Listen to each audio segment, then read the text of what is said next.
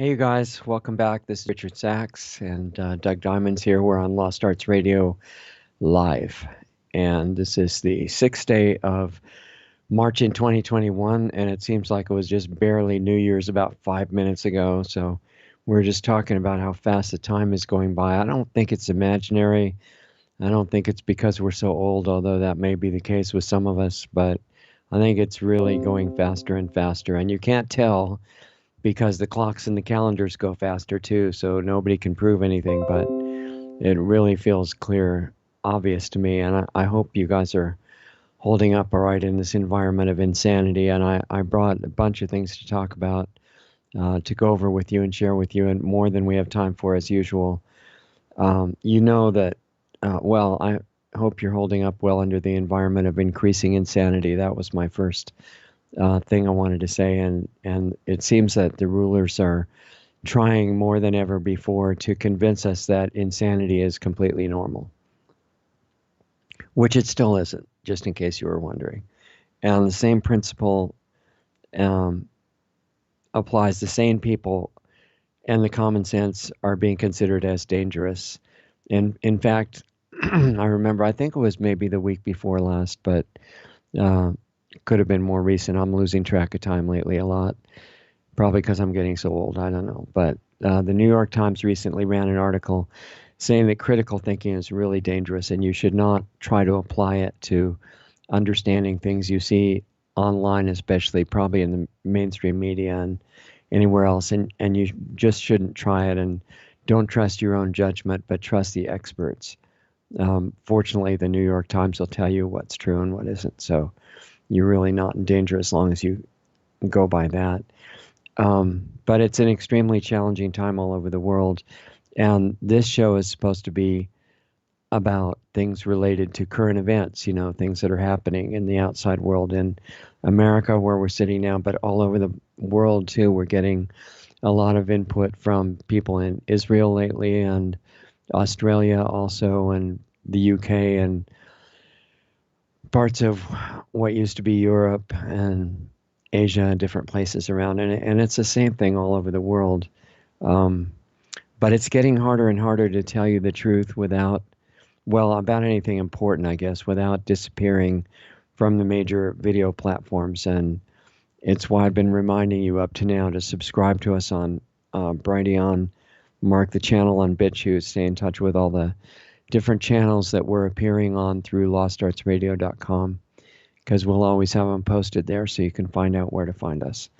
And in the meantime, we'll stay on these larger platforms as long as we can, but be ready to find us in other places when necessary. And in the meantime, we're just really grateful to the major platforms for reminding us of what is okay to say and what would be harmful for us to say or think about, so we can try to avoid that as much as we can. But the main obvious thing going on right now, I would say, is that humanity is under the biggest coordinated attack in known world history, culminating right now with this terrifying pandemic that we're having. And that latest part of it actually started about a year ago, almost exactly. And in the US, it was the 13th of March. And I remember it was a Friday, and it was in 2020. And we were told that, don't worry, we'll take care of it in 15 days. And we have to flatten the curve, though. That's the main thing, is flattening the curve. And that's what was going to take 15 days. And a lot of people didn't know if they could stand shutting down their livelihood for 15 days. That's half a month's income. But they were saying, well, for the good of the world and the country and humanity, and as Superman used to say on black and white TV in the 50s, truth and justice in the American way. I guess for all those things, it'd probably be worth it. So people went along with it. Um, but the people who tell the truth are getting banned, or worse things are happening to them. They're getting attacked or disappearing completely. So how do we spread the truth about what's going on and not disappear? Um, I'm sure you all have ideas about that, but that's a real challenge right now. And we're told that this terrible virus that's going on now, originally it was slated to kill 3 or 4% of the whole world's population. And there's still people who think that that's going on. In fact, President Biden, is famous for being the first president who gets elected without getting very many votes at all, really amazing, a miraculous president, was saying that 200 million people had died as of a few months ago just in the US from the current pandemic, which was really amazing because that wasn't reported anywhere else that I saw. It was only Biden that knew that it was 200 million in America so far. So now, just a side note that occurs to me is that even if the really high death figures were true and it was a real pandemic like it's being described, you still couldn't quarantine healthy people. That wouldn't make any medical sense at all, but it would violate all your natural rights. It couldn't be done, even though it's happening now. And it would require you to completely ignore common sense.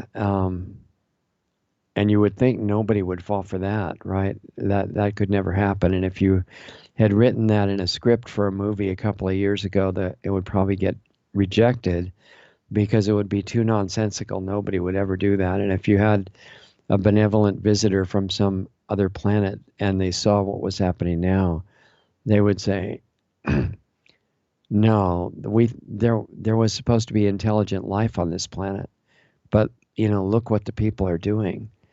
It's unbelievable, and they would probably have to take pictures of it to prove to their people back on their spaceships that it was really happening, or they think it was made up. So if you look around, people are completely falling for it with total devotion, and they're saying things like, what do you want me to do next? Maybe just breathe. Masks are one thing, but maybe I could just breathe once every 5 minutes and help save the world and end disease and all things like that. And I think the controllers at the top level who are probably laughing at all this, and I'm talking about the real top level that you don't see. I think they calculated that after so many years of training and programming with fear to remove all common sense, we were finally ready to take the next brave step where no one had ever gone before, to paraphrase Star Trek. And we were ready to believe in the sacred new religion of Medicalism. And you might have a better name for it, but I thought it's pretty accurate, and it was in the title of tonight's show. The reason for that is, in a way, that's what we've been given as our new belief system. It's being used as part of a much larger agenda for our benefit, because the only way to really save the world, there was a bumper sticker that said this in the 60s, I think it was, and it said, after all this emphasis on cutting down energy usage, and at that time, I was involved in atmospheric science study in the 60s and after that. And at that time, everybody thought that it was going to be, the world was going to freeze, basically. It reminded me of this Twilight Zone episode where it was really terrifying scenario. The world was freezing to death, and everybody was trying to find the last little bits of places to shelter from the cold. All the energy had run out, and the last of humans were dying. And at the very last page of the story, I was reading this in a Twilight Zone book when I was a little kid, and at the last page it said the guy who was imagining this dream of the world freezing was in a kind of a coma and a unconscious state, and had a high fever and was just barely alive. And all the people who were taking care of him knew that in reality it was the opposite, and the world was being boiled to death, and it was soon going to burn up. And the sun, it was something went wrong and the Earth was getting closer and closer to the sun. So the opposite of what this guy was dreaming was really happening. And it maybe it was predictive programming. It kind of reminds me of in the 60s when I was first looking at gas ratios in the atmosphere and CO2 issues, and finding out even then that there isn't any correlation between percentages of CO2 in the atmosphere and global temperature. It's completely not true. It's not true now, and it wasn't true then. But we were looking at it, and we were thinking that the world was in danger of freezing, and now we're supposed to be terrified because it's in danger of burning up, or boiling over, as Obama said to the Africans about the reason they couldn't have a car and an air conditioner was I mean, like, forget it. The world's going to boil over if you have those things. So you just have to stay poor while we go and do very strange things back in our home country. So if there's a religion now that's part of the larger agenda to eliminate humans, and that bumper sticker I was referring to after all of the energy restrictions and panic gas prices of many times normal. I think that would happen in the 70s, if I remember right. And there's a book written by a man called Peak Oil, Michael Rupert, I think his name was. And it turned out to be a complete fake. I think he really believed it, but he was incorrect. There's plenty of oil and it regenerates all the time. But we were told that we were running out of energy, and that we're all doomed unless we stopped using energy. Kind of like they're telling us now, that if you use too much energy now, you're causing climate change and global warming, except if it happens to get colder and doesn't do global warming, it's still global warming, but it's actually global cooling, and it's just as terrifying. And the main thing is to stay completely terrified and not use energy while they keep the real energy sources and technologies hidden from everybody, because those have been available, as the work of Stephen Greer points out, for at least 100 years, probably more. And they put solar and wind to shame. Solar and wind are allowed to the population because they're inefficient at this point, and they're not a desirable thing to do. Texas, in the recent freeze, was an example of that, a freeze that was almost certainly caused by geoengineering and done on purpose, because the weather's controllable now all over the planet. And Obama, as he promised, had shut down coal plants all over Texas and other parts of the country, and had put in so-called renewable energy sources, and they weren't able to handle it at all. And it was all a manufactured crisis, as most of these are. But what are some of the tenets of this religion that we've all been signed up for? And I know I said at the title of the show tonight that you could sign up for this new religion of medicalism for free, but actually, as far as they're concerned, you're already signed up and in it. So what are some of the tenets of the religion about health and other things? And I guess one of them is that you're supposed to believe in the new religion that health is just a matter of good luck, and your chances of staying healthy increase by swallowing poisonous chemicals that say medicine on the outside of the bottle. I mean, how intelligent of a person would ever fall for that? But that was actually a system designed prior to 1910 by the Rockefeller and Carnegie foundations. And they were right. People did fall for it, and they're still doing it. The fact that the so-called medicine makes you sick in many ways and often kills you just actually proves that they're helping you. I don't know if you've seen it. I know this is totally ridiculous, but did you ever see the movie Idiocracy? It was banned in a lot of places, so I thought it was worth taking the time to watch it many years ago, and I did that. But I think we're living in the sequel, Idiocracy 2, except it's not exactly Idiocracy 2, because in Idiocracy 1, these people who had serious mental challenges were running the whole society. Now, that's true, but they have bosses above them that are using them to destroy life on the planet. And they're not stupid, they're just evil. So anyway, the system wants you to believe now that um, swallowing poisonous chemicals compressed into these little capsules or tablets is a really smart way to get over sickness and to maintain your health. And I'm not criticizing all of modern medicine because the trauma care people in the emergency room people save a lot of individuals who get run over by cars and have other traumatic events or accidents or a few really necessary um, surgeries to correct congenital defects and things like that. But as far as health goes, it's pretty much medicalism and it's teaching insanity. And they're these poisons that you're supposed to eat because they're called medicine. They're products of advanced medical science, which is run by the high priests of this religion, medicalism, and guaranteed to really care about you and have your well-being in mind. Um, Other beliefs in the same religion, one of the big ones is that what makes you get sick and die is when you run into the wrong microorganism or germ, and that could be a bacterium or a virus. And if it happens to you, you've pretty much had it. And the only thing that you can do is swallow as many more poisonous chemicals as the local medicalism priest is willing to give you and just hope for the best. And when the poisons that you swallow stop the symptoms of your disease or sickness, which sometimes they do, they usually give you other sicknesses though, or just tear your body down or ruin your normal immune system or some combination of the new problems they give you. But you're supposed to not worry about that because those things are just signs that the medicine is working. And they're called, just like side effects. So they're not a big deal.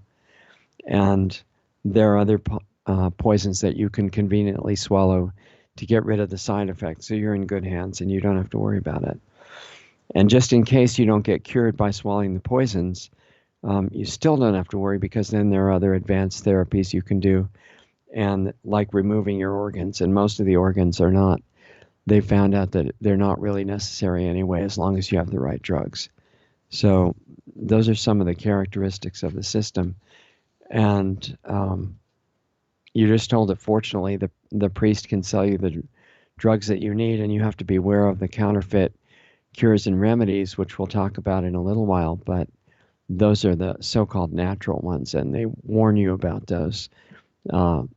Warnings are all over the television and even in journals, and telling you those are just superstitious. The real true medicine is the one that's toxic. And I know this is backed up in how the actual drug research companies work, because we know of people who have been working for those companies and they design what they call new candidate chemicals for new drugs, and they don't get approved unless they cause enough other bad side effects. Really an interesting business. I guess the business model is if they created a medicine that didn't create more disease, that would be really dumb for the business, and it would eventually stop being needed. But now we're into a new phase since about last March.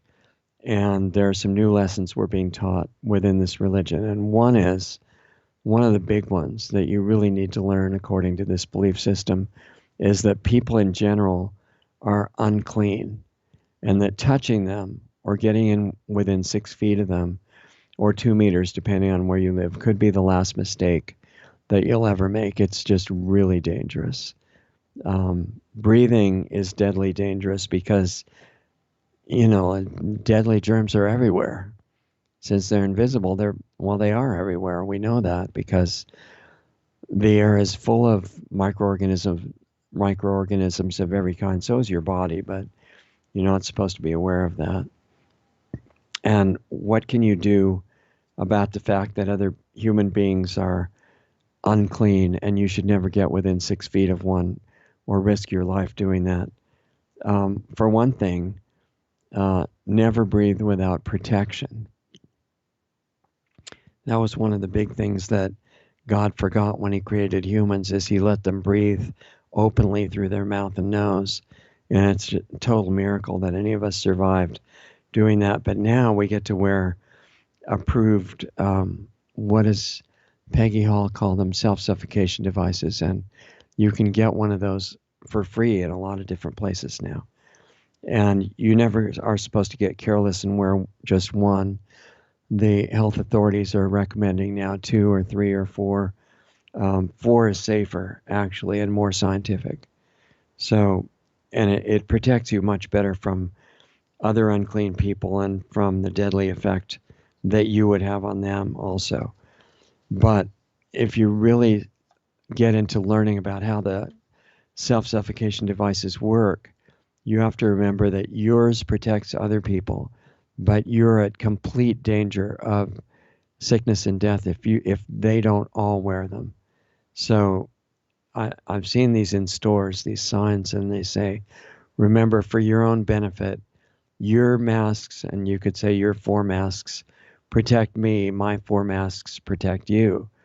And so together, everybody wearing at least 4 masks, we can survive in an infected world until one day in the wonderful future, we get to our goal of a totally sterile, safe world where every germ is dead and there are no microorganisms anymore. And this has been proven, once it's been proven true over a test of about 50 years, that there's no living microorganism anywhere in the world, then everybody can rejoice and go down to probably 3 masks would be totally safe at that point with confidence and enjoyment of the new normal. But until then, remember to turn in any anti-maskers to the proper authorities for humanitarian punishment for their own good and proper re-education. If you want to be a truly responsible person, then you need to also turn in people that use unapproved language. And we're trying to really make the larger video platforms happy now by spreading this really important public service announcement. Anyone who attempts to talk to you about unapproved ideas that are dangerous and could delay our reaching the new normal needs to be connected with the proper authorities. And all the time, we have to remember that in a perfect, sterilized world, everyone will have the same exact ideas and opinions and emotions, and all thoughts will be safe thoughts, connected to the cloud and protected by it. And that way, any dangerous question or dissent will be eliminated and will be changed in the cloud instantaneously to approved language with acceptable thoughts and emotions. And the result of that is going to be world peace. Now, to be safe and to do your part in bringing in the new normal as quickly as possible, there are some things that you need to do. You need to be warned about information that you might hear from other unclean humans, especially if they try to get closer to you than 6 feet in any direction. Remember the slogan, 666 stops the germs from doing their tricks. And as long as you remember that, you should have a good chance to survive at least a little bit longer. And as a side note, I guess, to this whole commentary, I was asked this week if I was ever going to put this unacceptable health information into a book form. And I haven't done that. We sometimes mention it on the show, about natural healing things that amazingly make you not dependent on the conventional healthcare system. And I haven't done that up to now, really for 2 reasons. First, my own learning about what's going on with health and what's possible, that I got really serious about starting in 1965, working in my dad's medical lab before that. What I'm aware of keeps expanding so fast that I'm afraid if I take the time to put it in a book, it would just be superseded and outdated by the time I'd finished it, and I'd have to start again. But the second reason is that my time is usually all taken 16 hours every day, pretty much now. And I'm not even keeping up with what I already have to do. So I'm not sure where I'd find time to put it down in a book. But I have put together a lot of important understanding that should be shared ever since I seriously started, which was back at around 1965 when I was working in that lab, but 67 after that, because I had the same motive that a lot of other natural healing students get, and that's their own serious or life-threatening health situation. And I had that in the mid 60s. So I was dealing with that. And it forced me to become an apostate to this religion of medicalism that we've been talking about. I had to leave it because it was going to kill me. And the doctors who were carrying it out, I guess the priests, some of the priests of this religion, were actually really well-meaning, good people, very serious, conscientious practitioners of the religion. And they started out giving me the best cutting-edge medicine, which was the most toxic chemicals that they could find. And I didn't know any better at the time. While I was I was under the care of experts, you might say. And they did that to me for a year, and then they said, well, for some reason, your body's not appreciating and using the benefits of these super toxic chemicals, but don't worry, because now we can start surgery. And they began that, and I knew I had to escape.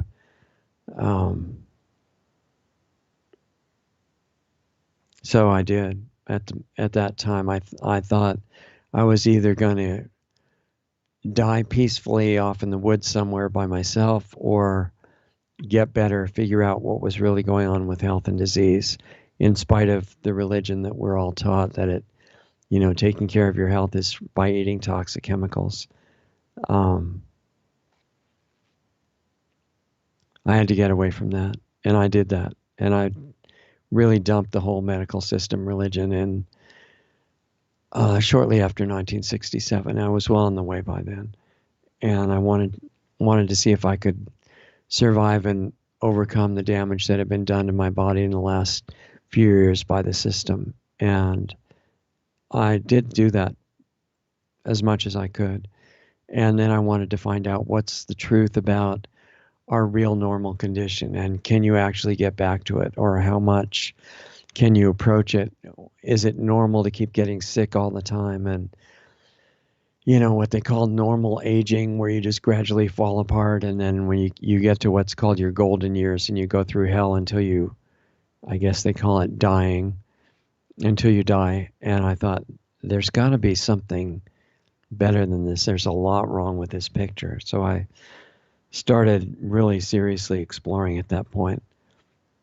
So anyway, this week, I don't usually talk about health things on this current events related show, Lost Arts Radio Live, but I thought, well, maybe it'll fit in, because we're talking about the current attack against humanity, and that's using health as an excuse for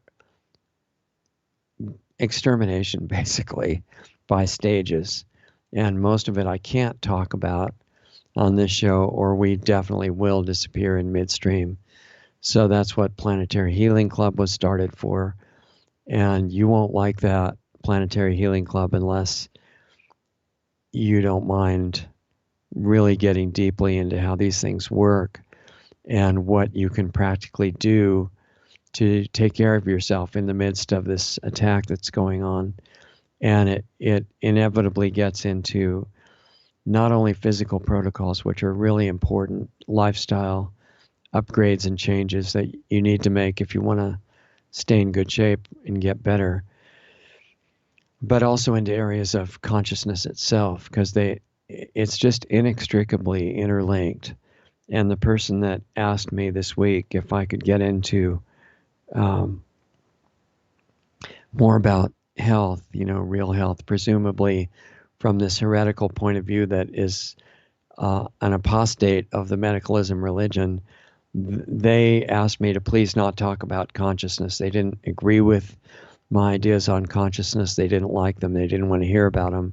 They just wanted to hear about health. But the best I can say for that is, if I'm going to talk about it at all, especially in relation to the attack that's happening on humanity in the world right now, I'm not going to be able to do it without mentioning consciousness, which most of us don't even remember what that means anymore.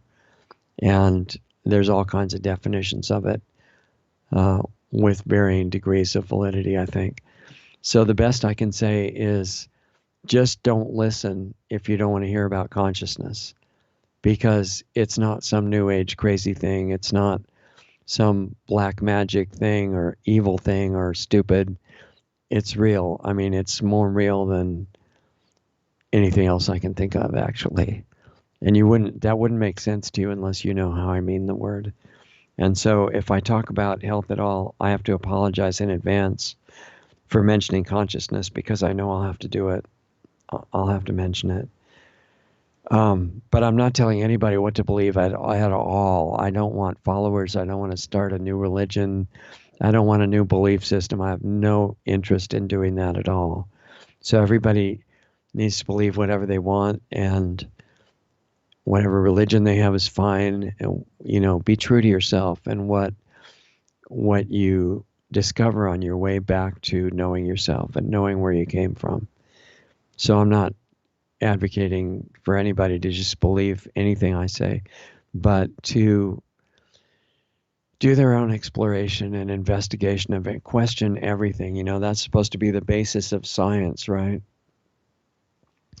But it's been corrupted along with everything else in the age we're living in now. And instead of investigating and questioning everything, what's called science now, which is really fake science, is repeat what you memorize in school and what's acceptable that you hear on TV or in the newspapers or from an authority figure of one kind or another. Or if you're working in an experimental lab, you are told in advance, look, if find whatever you want, it's completely free. But if you find this result, we'll keep paying you. And if you find any other result, if you find out that the drug we're suggesting or the vaccine we're suggesting is not totally safe and effective, that's great. It just won't be published and you won't get paid. But if what we give you is safe and you prove it, then you've got a good job for as long as you keep doing the work. And that's not science anymore. That's what has replaced it. And it's the same principle with spiritual quest or trying to find out what's true in any field. There's no ego in it at all. That's gone. And you just want to know whatever is true. Everybody's on the same team. We're not here to fight with each other. We're here to find out whatever's true in each field. And if we find out what we think is not accurate, that's great, because we can change it, and get closer to what's true. So it's real different than the way it's commonly being done now. So, in response to this person this week who asked me if I'd written any of this health stuff from the last 50 years in book form, I'm sorry I haven't. And I obviously can't talk about it in great detail in a few minutes on a show like this. But some of the basics I can share with you, as opposed to the medicalism religion that's being pushed now, and all based on fear and knowing that other people are unclean, never getting close to them. This is going to, radically reduce world population, even if there was no treatment to kill people, which there is, as you know. In fact, millions of people have had it already. But I'll share with you a few basics that I found out over the last 5 or 6 decades in doing this work in real science, what I would call real science. And then you can just build on whatever you want, throw out whatever you want, discard it. Again, in real science, there's no ego issue at all. It doesn't matter who says something. It matters whether it's true or not. If a 5-year-old kid says some deep truth, it's still a deep truth. It doesn't matter. And we've been pushed to get into the habit of, if there's something said that we don't like, we just attack the person who says it. That's not very intelligent, really, and we don't have to keep doing that. And even though I've done this for a long time, my feeling about it is that compared to what there is to learn, I'm a low level beginner who knows basically nothing. And I'm just sharing some initial, you know, exploration results with you. Um, I have to skip some of this stuff because our time is going fast.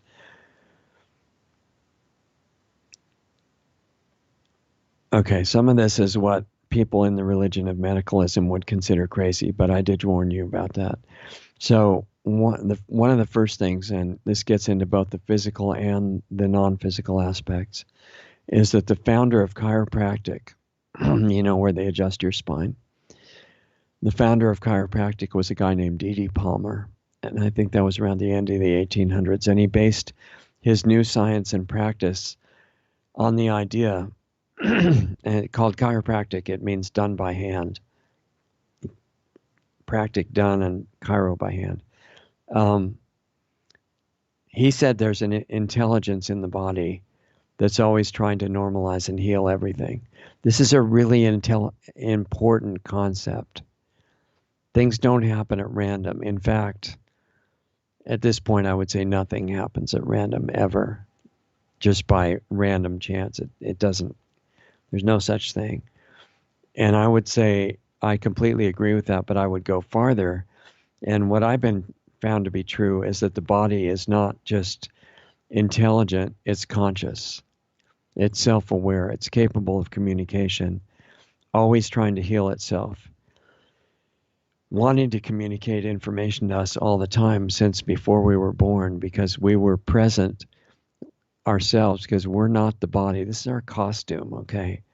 I'm not talking about a belief at all, because a belief is something you hope is true, and you really hope it's true, because if it's not, it's like chaos is threatening you. But this isn't about a belief at all. People have found this out by direct experience, that when the fertilized egg in the human, in the mother, starts to divide, that doesn't happen unless the person is already there. And it doesn't matter if people hate me for saying that. There's no ego, as I said, in any of this stuff. This is just what I've noticed. And it's from non-book sources. It's non-religion, non-belief. It's from memory. So the body's like a conscious costume that we're wearing. This helps you to do amazing things to get it in good shape, if you can understand what I'm talking about.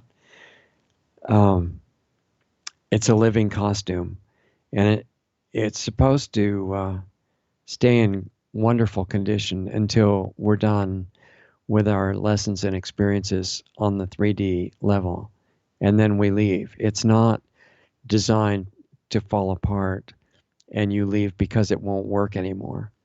That's our doing, because we're making mistakes. We don't know how to access the owner's manual, so to speak, anymore. So we put, sawdust in instead of gasoline and things like that. And the body is really resilient and intelligent and conscious, and it fights back and overcomes the mistakes we make as well as it can, but they're not necessary. So what's considered normal in the age of medicalism is completely abnormal.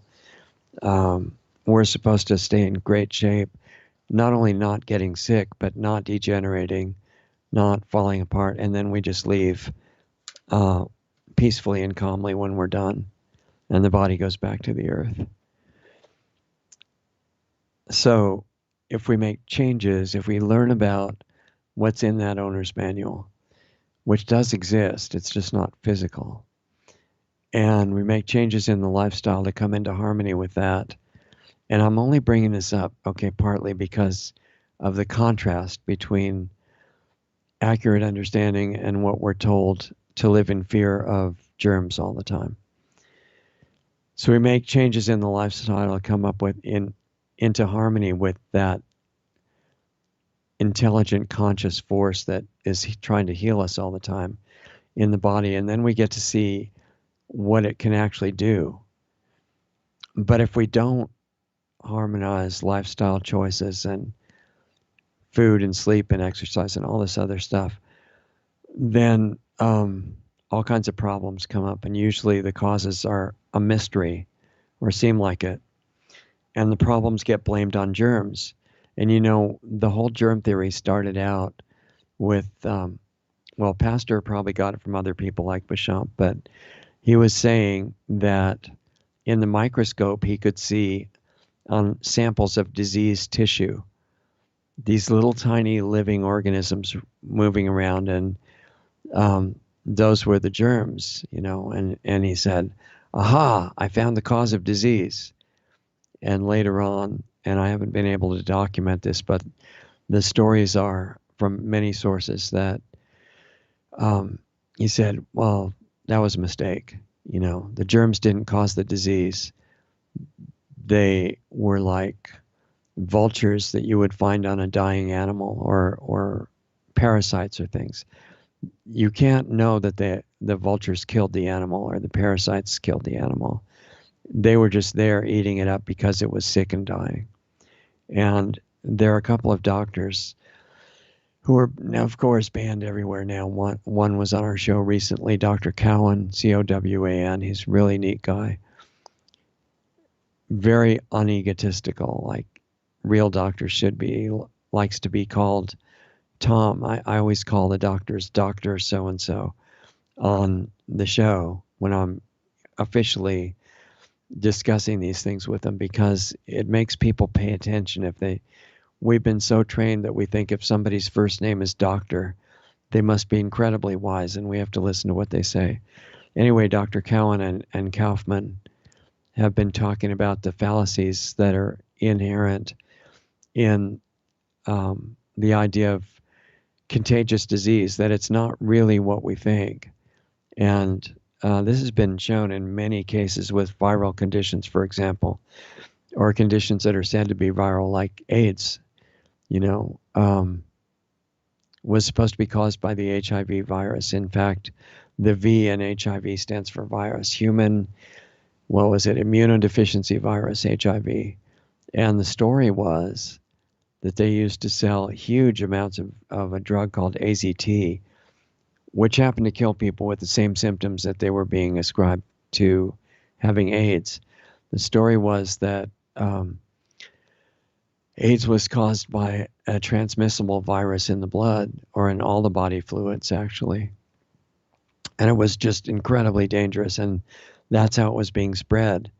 IV drug use, because it was in the blood, or sexual contact with people that have it, or other ways.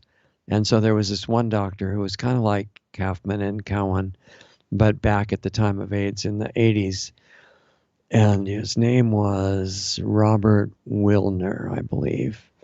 He wrote a book on this whole adventure with AIDS at the time that it now costs, I don't know, $1,200 or something on Amazon. It's out of print. Would be really interesting to read it, but he's on video still on the internet. You can find it easily, Robert Wilner. I guess they leave it up because they think most people can't find it or wouldn't ever hear of his name. Not positive he was assassinated, but certainly could have been. And what he would do is he would say, all right, I'm not just going to present, and sorry for the phone noise, I can't turn that off right now. He would not just go and present at a talk why contagion was a myth. He would demonstrate. So he would bring a diagnosed AIDS patient with him to the lecture that he was going to give, and he would stick the AIDS patient's hand with a pin and take some of the blood, make a cut on his own hand, and then put the blood in the cut. And he did that 200 times, which should have given him AIDS 200 times, and he was always fine. And he said, look, this is a myth. Here, I'm risking my life to show you. And it was really impressive. You can see him giving some of these talks still, if they haven't taken him off, because we're talking about it. So there's a question about viral transmission that really needs to be looked into. And there are two points of view, and I don't know for sure which is true, but I don't even know firsthand if viruses exist because I haven't seen any electron microscope pictures of one that's been purified. And there's a procedure that you go through to show that a microorganism causes a certain disease. It's called Koch's postulates, and there's an adapted version of that for viruses to show that they cause a certain disease, and that's called Rivers postulates. Because it has to be a little bit different because the deal is you can't grow viruses in a pure culture like you can bacteria, so they have to grow them in different kinds of tissue. But the point is that viral transmission has never gone through either Koch's or Rivers postulates, and they've never been really truly isolated from what I can tell. And I'm open to that being shown to be incorrect, but so far I haven't seen it. And what they define as isolation in looking at viruses has been so changed in the definition that it's really not isolation anymore. But since we're almost out of time here, I don't want to get totally sidetracked on that. You can see that any one of these subjects could be hours and hours of interesting, hopefully interesting discussion, relevant and useful. But when you get down to the real basics of health before science got corrupted, and it's been corrupted for a long time, actually. It's just worse in the present than it's been for a long time. And the basics are simple. In fact, if you get the Essene Gospel of Peace, Book 1, a lot of it's in there. That's a great book talking about how it was said 2,000 years ago. Jesus is involved in ways that didn't get into the Bible.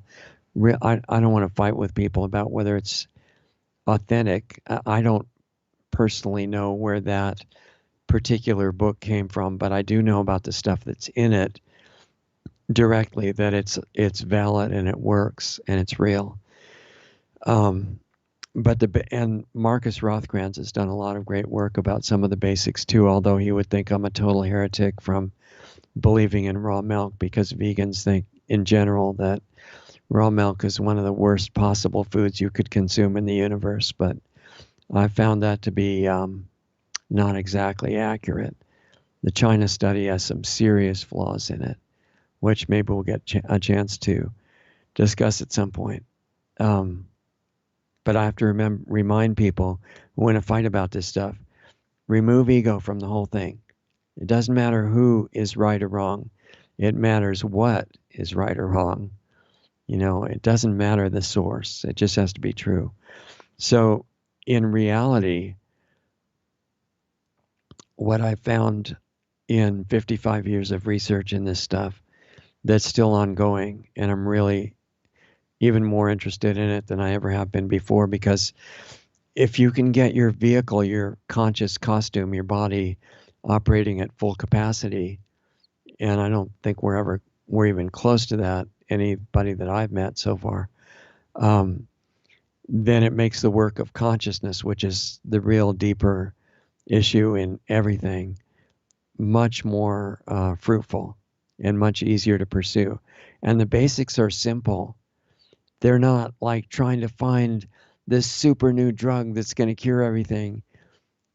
That's not even relevant.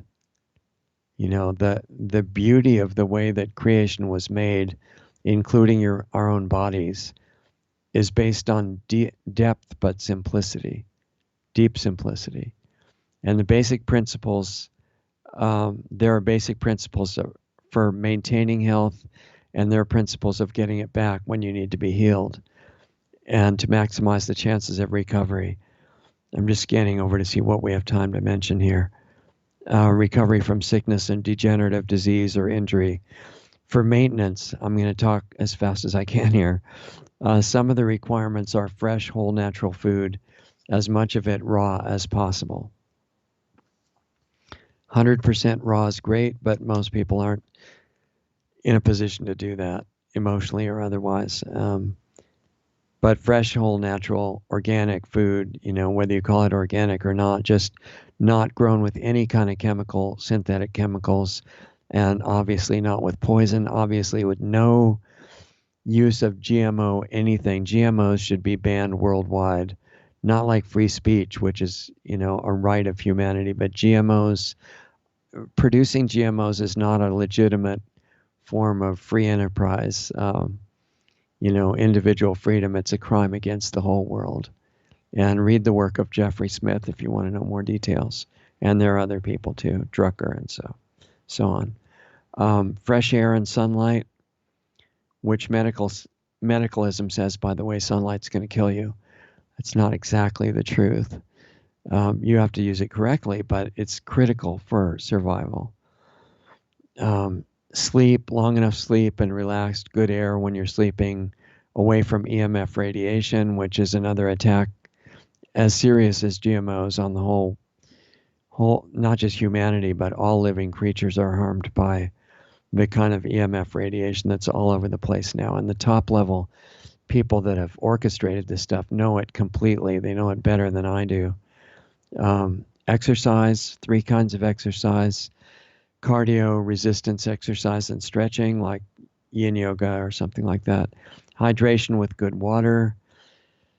And then a real big one again, and close your ears if you don't want to hear anything about consciousness, but positive intent toward yourself, which is a big deal. Most people are upset with themselves for various reasons.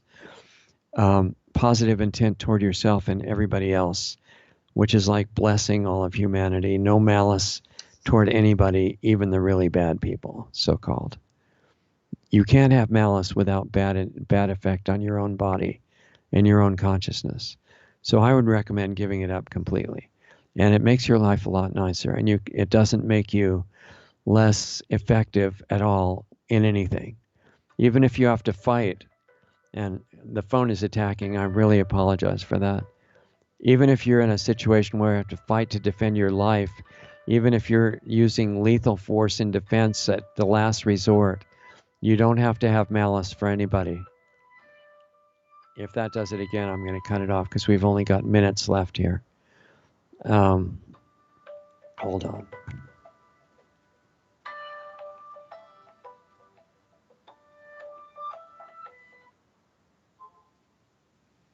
Okay, sorry. Anyway, malice toward nobody. It makes you more effective, not less. And also to learn to carry around a baseline relaxation. Most of us are walking around with tension on so many levels, it just gradually tears down your body. I'm sure it's responsible for a lot of what's called normal aging. You want to get rid of that and learn relaxation, conscious receptivity to that current I talked about that's in the body, that is the healing force in the body that heals everything. Doctors don't heal anything at all.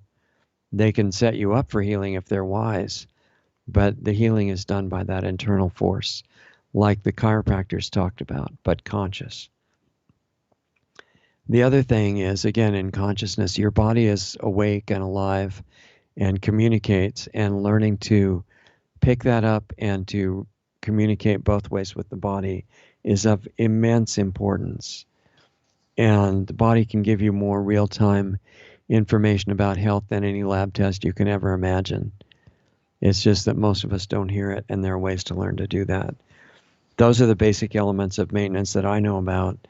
And there are also basic elements of healing when you need that. And it's all boiled down into 2 primary categories. And I'm not talking about like setting bones and reconstructive surgery, and that's all specialized work that has to be done by really wise and good surgeons and people who many of whom are incredible people that work in emergency rooms all over the country and the world. I'm talking about, short of that, most healing from degeneration and illness boils down to detox and rebuilding. And detox systems, I'm not talking about a product that you would buy that says the best detox pill in the world. I'm talking about what's built into your body already, and you have to learn how to use it. It's all based on activation through fasting in various forms, and it's been taught from long before our recorded history started. Physical fasting, meaning not eating, just water. Nowadays you can do it with juices too, and there's advantages to that. But there's a continuum, It's not just not eating or eating. It's if you analyze what you're eating now and you make it healthier, that gets you some of the same benefits as fasting. It has some detox aspect to it. So that continuum is really important. Mental and emotional fasting um, is necessary to get the detox on the non-physical level. But interestingly enough, you can't stop eating completely mentally like you can with physical food. There are still things going on in mind and emotions and thoughts, and the only thing you can do is improve your diet. Instead of thinking of really destructive things all the time, you can change your attention onto potentially um, healing aspects of your thoughts and intention. And that sounds like, well, it's not physical, so it wouldn't do anything. That's not true. It's incredibly powerful.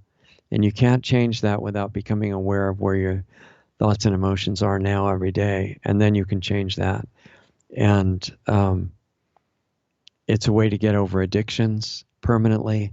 It's a way to cut right through the need for psychoanalysis. So that's not necessary anymore, that potentially endless process. Um, and in order to learn the other way to do it, you have to learn how to communicate with your mind, not your brain, which is just a physical switching station, but your mind, which is not physical. I'm getting into some of this stuff with the excuse that we can mention it here because it relates directly in contrast to what's being done to all of us in the name of this terrifying pandemic. Um, I have to skip over a lot of this because we have 3 minutes officially in our time left today. If people are interested, let me know and we'll go into more of it. But you change your food to more raw food, fresh, always organic. If you can't afford organic, eat less. That's my suggestion. Don't say, well, it's too expensive. I'm going to buy poison food, which is what conventional means. Don't eat poison food. That's really important safety tip, to quote Egon in Ghostbusters. Um, People aren't designed to eat bodies of animals at all. I'm not saying that as a vegan. In fact, raw milk is great. As I mentioned before, and the vegans would hate me for saying that, I think. But eating the bodies of animals is not what we're designed for at all. You need a shorter gut to avoid the rotting meat in your intestinal tract. You need a different kind of teeth, and you need a really different kind of emotional system because the only way that you can, in your current form, be a carnivore is to get rid of certain aspects of empathy that are built into you. And if you do that, it works against your own consciousness. So for mental and emotional and physical health, it's better not to eat bodies of animals like that. You can do it if you want. I believe totally in individual freedom, not trying to control anybody's life. I'm just letting you know that on this level of existence, everything is cause and effect. Everything. When we do really stupid things that are destructive, and I'm talking from my own experience of being a complete idiot in so many ways in the past, and maybe in ways now that I don't know about yet, those all have effects on everybody else and on you. And you don't have to go through all that junk. You can just start becoming self-aware now, and it changes your whole experience. Um, and a change in inner focus, it has an immense effect on not only you, but the people around you. And it even has an amazing effect on things that actually happen in your life that seem like they're just coming from circumstances and other people. But they're coming a lot by what we attract. And a lot of people I know, friends of mine, think this is just new age nonsense stuff. And it isn't. It's connected with quantum physics understanding of why and how things happen. And you have massive power to attract different experiences in your life. And it all has to do with the work that you do on your inner focus. That's what we did with Planetary Healing Club is for that. No, it's not free. There are very, very small dues that people pay to be in it. But I don't know how else we can get the money to stay on the air and keep doing the work we're doing. We're not doing commercials. Um, occasionally I do some private consulting, which is great. And the money from that also goes to the nonprofit that we set up that supports all this work. So it's valuable. And if you ever want that, if I have time, you can have private appointments sometimes. But the club dues that everybody has access to go to keep us going too. So I apologize that we have to do anything at all with money. I would rather not. I'm not interested in that.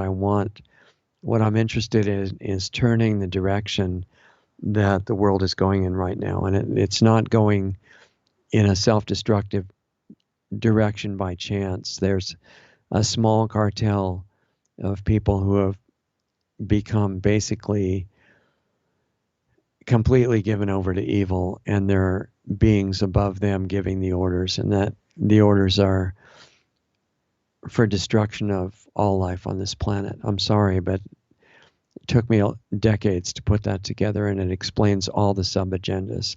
It's not just population reduction. It's complete elimination of life, not just humans, all other life forms, which they've made a lot of progress on already, as you know, and themselves. It's a suicide mission. They expect to get their reward for doing this specific ceremonial sacrifice in their terms when they leave the physical level. So this is an issue. I think you might, unless you think it's silly and not possible, you would probably agree with me that it's kind of important and that we need to do what we can because our time to turn it around while still there is very short. And this is a consciousness test. And again, this consciousness thing comes up. This is not New Age nonsense. It's not black magic. It's not evil.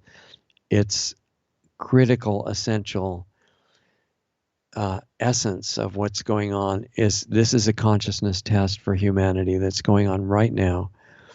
So far, we're not passing, but we still have some time.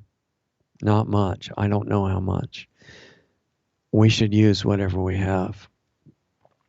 Malice toward nobody. Learn what to do with your own body, how to bring it back to its real normal state, not the stupid new normal they're trying to make everybody go into, which is basic enslavement and then extermination. I don't think that's a very good new normal. And there is a good one that we can still access. It's very, very important. I don't know how to give it the emphasis it needs, but self-awareness on a much deeper level that's not intellectual, it's not a belief, it's direct experience. That's essential for everything else. And if some of us can get it soon enough, we can start a real pandemic of consciousness, a positive one. And it could spread all over the planet. And that's the biggest fear, from what I can see, of the top level rulers, is that some of us might actually grasp that this is something real that can be done still. They're afraid that we might figure that out. And if you want to be one of the people that not only figures it out, but uses it, the evil rulers will find out they were really misguided to fear it because it could help them to wake up from even their position too. It could help anybody, even the worst of the worst. And it's in our hands, so I suggest we do it. Time is passing, and it's like in Dune. Remember the movie Dune? And who was it? Duke Leto Atreides told Paul, maybe it was in a dream or something. What did he say? The sleeper must awaken. That's real, like right now. And you're the sleeper, and I am. And we either wake up or we stay comatose, hypnotized, and let the global rulers do what they want, which is not friendly. And I would suggest option A, that we wake up. And it's not waking up like being able to recite all the bad things that are happening. That is not waking up. that's being able to recite bad things. There's not even any point in knowing about the bad things unless we use it to find solutions. And you're walking around with a solution designed right into you. So am I. And we either access it or we don't in the time we have available. So I suggest we do that. Let me see if we're already over time. I'm sorry. I just suggest that we do that and not just think, oh, well, that was some interesting stuff. Now we go on to the next little entertainment. That's not what I'm trying to say. I would never take this time to be visible all over the world and openly talk about this stuff. I would not do that. I prefer seclusion, anonymity, just continuing my work in nature and not getting into this publicly. But it's important. And my hidden motive is I want everybody to be okay. And we're going the opposite direction right now, and we need to turn it around. So I hope you'll care about it enough to not forget it 2 minutes after the show is over. Take it and build on it, run with it, use it, don't forget it. And if you want to go into it deeper with us in Planetary Healing Club, you can do that. That's accessed at planetaryhealingclub.com. But you don't absolutely need anybody else at all. It's all in you. Or do it with somebody else that has motivation and cares about it. But do it. Don't forget. Because the pressures and the changing responsibilities and events in your everyday life will distract you.